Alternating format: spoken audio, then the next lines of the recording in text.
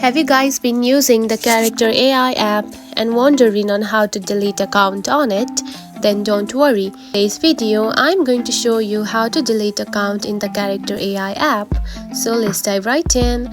First of all, open the Character AI app just like this. Then here you can find something like this on your home screen. Now to delete the account, tap onto your profile icon at the top right corner, just right here. After that, here you can find the settings option. Now tap on it. Then scroll down and here you can find the remove account option. Now tap on it. Now to remove account, simply add your username just like this. After doing that, simply tap on to remove account. And after doing that, your account will be deleted. And that's it. This is how you can delete account in the Character AI app.